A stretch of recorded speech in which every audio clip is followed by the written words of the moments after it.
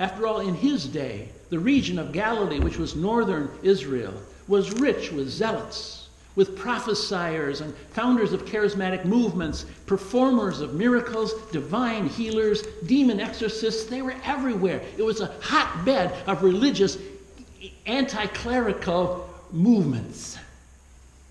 Jesus seems to be just one more spirit-filled activist from Galilee, like all the others. If he got down to Jerusalem, they certainly would set him straight. Except he says this in his conclusion that we heard this morning. Many will say to me, Lord, Lord, did we not prophesy in your name? Did we not cast out demons in your name? Didn't we do mighty works in your name?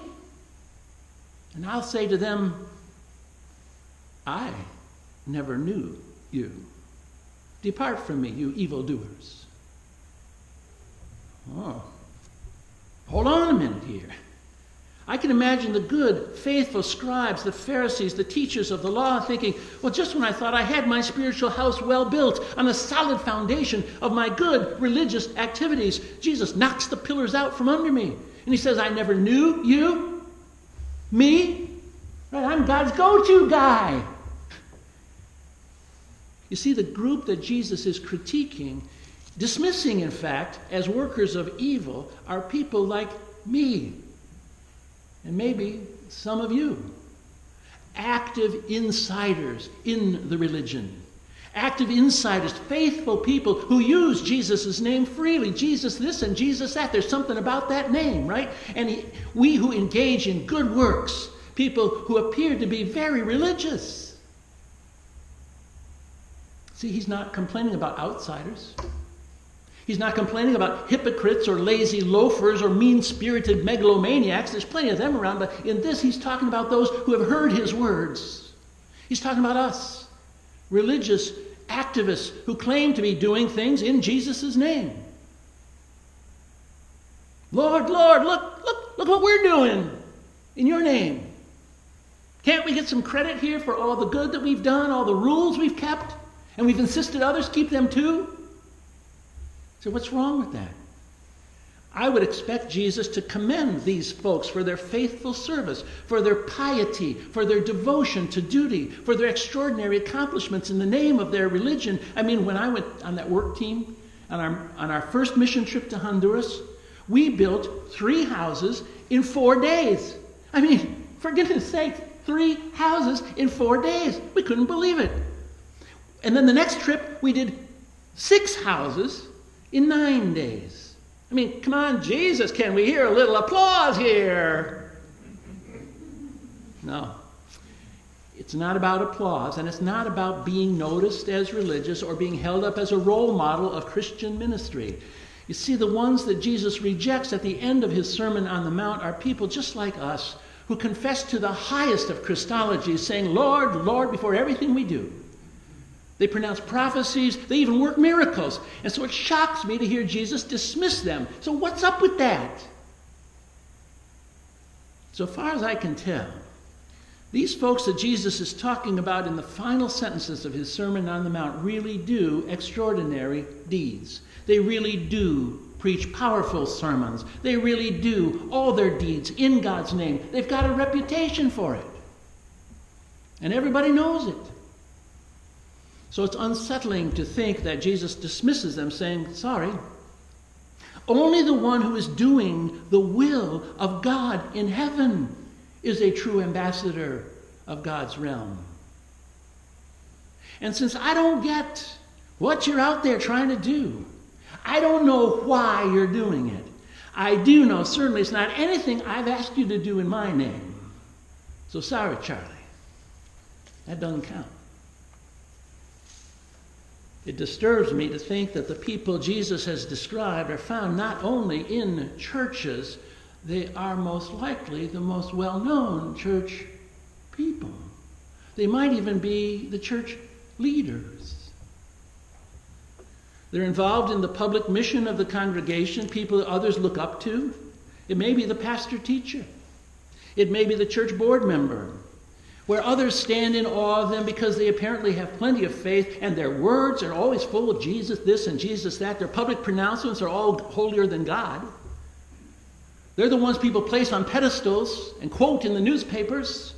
They're the ones who've made a name for themselves, and so I don't even have to name them. They're already in your mind. You know what I'm talking about. Or brought closer to home, it's as though somebody were to say, you know, that Reverend Dr. Lance over at First Church Alpena, now don't he be somebody? Now I know you wouldn't say it, or you wouldn't say it that way. But you know what I mean. Big name, big religious type. The problem is, in looking up to somebody who's really closer to God than you are might make you yourself feel small, unable, disempowered. What I know of the church, miracles do not a minister make. Now they may make the news, but they don't make the ministry. If religiously active people can be so decisively renounced by Jesus, I have to face the fact that my own progressive assumptions that what you and I are doing in God's name obviously must be what God wants us to do, because we're doing it in God's name. So it must be what we're supposed to be doing.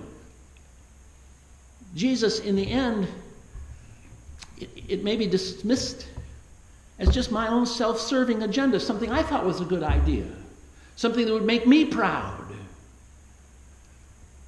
It may be that my 6 years of effort here in ministry, in mission, have been building up my own little Reverend Lance empire, instead of listening for God's will for all of us and building a heavenly city in Alpena, which God has in mind for all of us. It may be something to God's glory, which may not have my name attached to it at all. But that's what we should be working on. God's glory.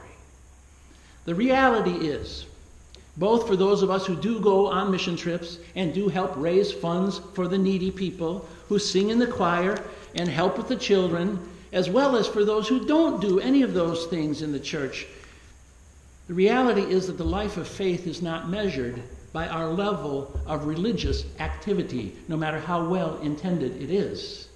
It's simply in how much trust do we have in God. Trusting in God is what faith is about. Whether or not we're walking our journey, are we in faithfulness to the ways of Jesus? Because that's the criteria. Jesus describes the solid foundation as being the wise builder, the one who hears and does these words of mine. So that's the solid foundation upon which we can build God's heaven on earth. We can. It's not by just what we've heard from Jesus, not even what we believe about Jesus. It's not what we know in our mind. It's not even what we say to each other with our lips. And it's certainly not doing churchy stuff, but by doing the kinds of things that God values that will change the world. Values such as the attitudes that are described by Jesus in his sermon, the very things we find so hard to do that we can skip over all that and just talk about him dying and rising, saving. What about what he told us we should be doing? Or another way to say it is, Jesus' words are not really heard until they begin to transform the life of the listener. We can't say we really believe unless we allow his vision to begin to direct our behavior, so that it's not my will, God, but thine is being done. To listen to Jesus' words as we do in worship, as we do in our Bible studies, as we do in our classes, in our private devotions at home, to listen is a positive first step to building a life that will last on a foundation of real meaning. But it's not enough. Next Sunday, as I said, at 5 o'clock, we're going to all listen to Jesus' words in the voice of Mark, Mark's gospel. And we will enjoy a meatball dinner and fellowship as well. But even hearing the whole gospel around dinner tables together is not enough. To believe what Jesus is saying is the second step. And frankly, there are some Christians who simply stop at that point. They call themselves Bible believers. They call themselves fundamental believers, true believers, evangelical believers, believers this, believers that. But even putting what you believe into words and telling others that they should believe what you believe, and when they start believing what you believe, therefore they've joined the body, even putting it, saying, Lord, Lord, makes you sound Christian. But you're still stuck on step 2. To really hear Jesus is to be grasped and shaped by his perspective so that you can take a third step. And that is becoming activated to actually do something about it. Jesus' Sermon on the Mount shook the religious foundations like a hurricane. But when the storm settled, there were plenty of those places still standing.